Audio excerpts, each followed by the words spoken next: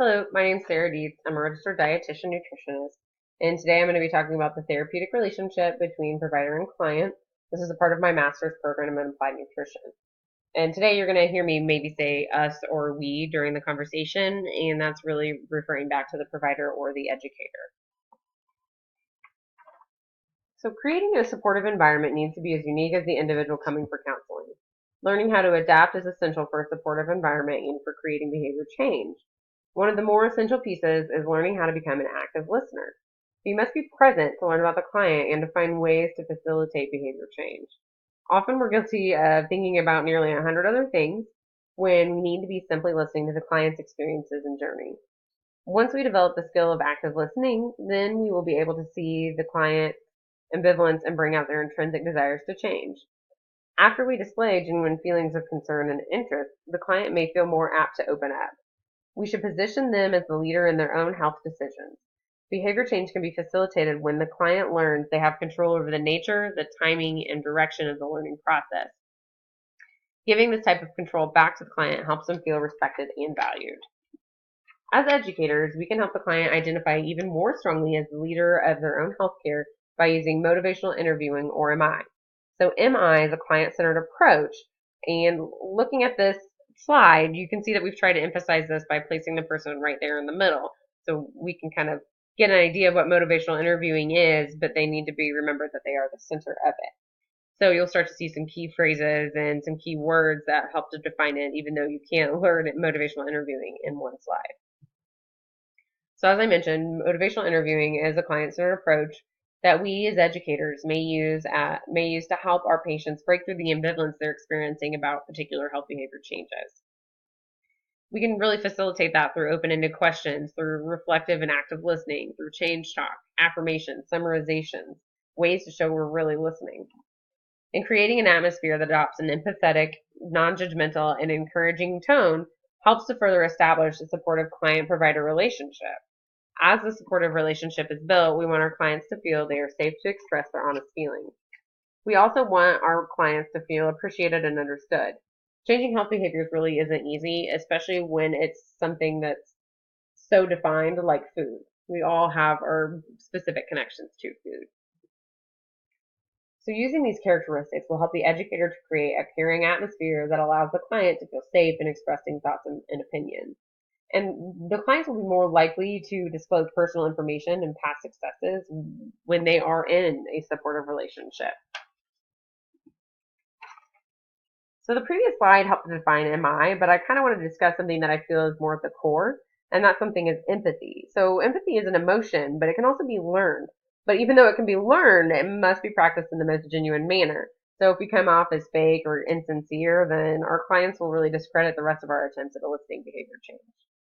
The initial meeting is critical as our clients may be apprehensive or anxious about meeting a new provider. And I really encounter this frequently. No one's ready to change as soon as they walk through our doors. So practicing empathy will allow us to put our clients at ease and to keep them coming back. And the most common definition of empathy is that it is a true understanding of another's unique perspective and experience without judging, criticizing, or blaming. The reason I chose this picture is that it helps to further define empathy. As an educator, we must shift our focus from ourselves to our patients. The old saying of putting ourselves in another's shoes is almost correct, but we have to adopt the patient's identity when we are in their shoes. We have to try and see the problem from their perspective with their world experiences. However, we honestly can't lose sense of self at the same time. And empathy can be tricky while we're learning it, but it's so beneficial when it's understood.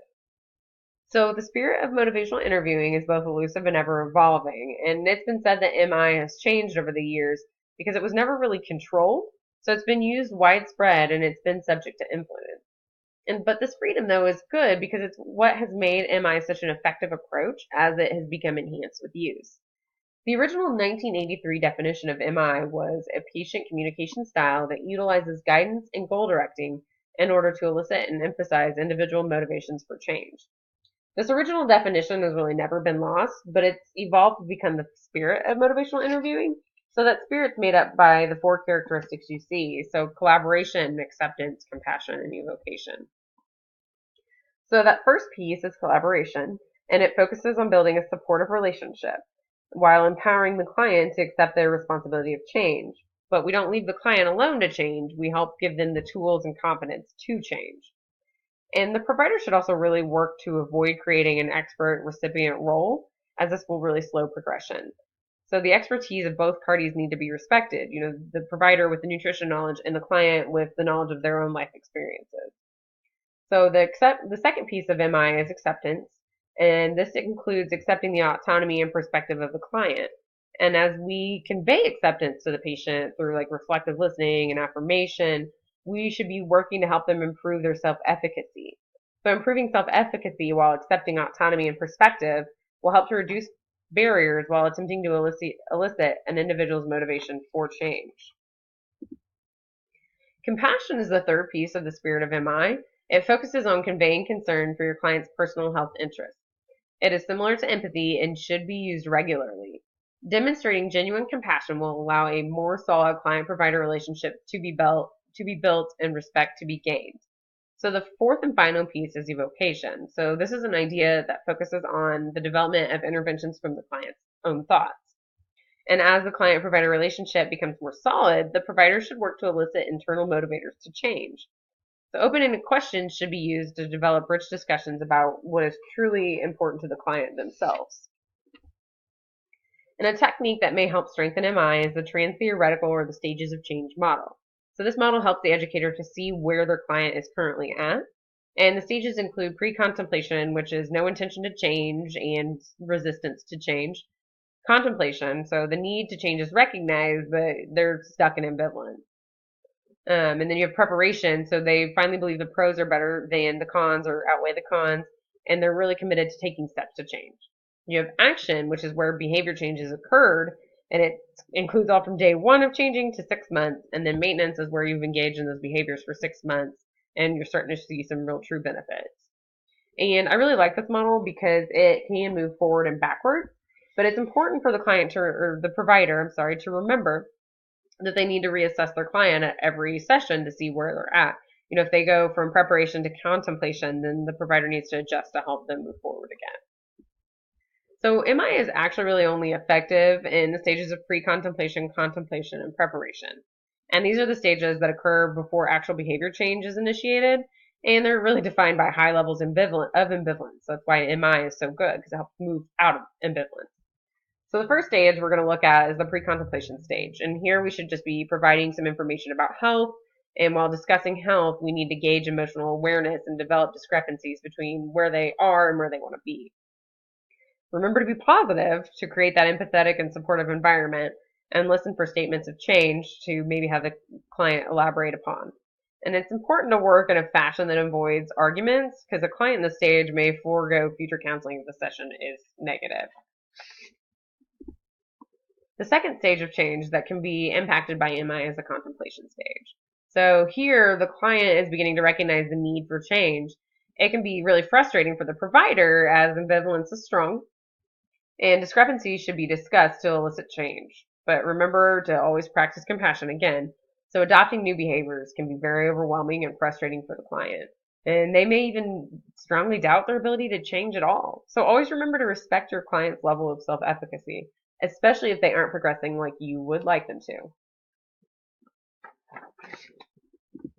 So the third and final stage of change that is affected by MI is the preparation stage. And during the stage, the clients have decided that the benefits to change are greater than the risks, and they plan to adopt that behavior change in the next 30 days. So providers should really work with the clients to evoke appropriate client-centered goals. So compassion should really be had here for the client's journey and their chosen goals.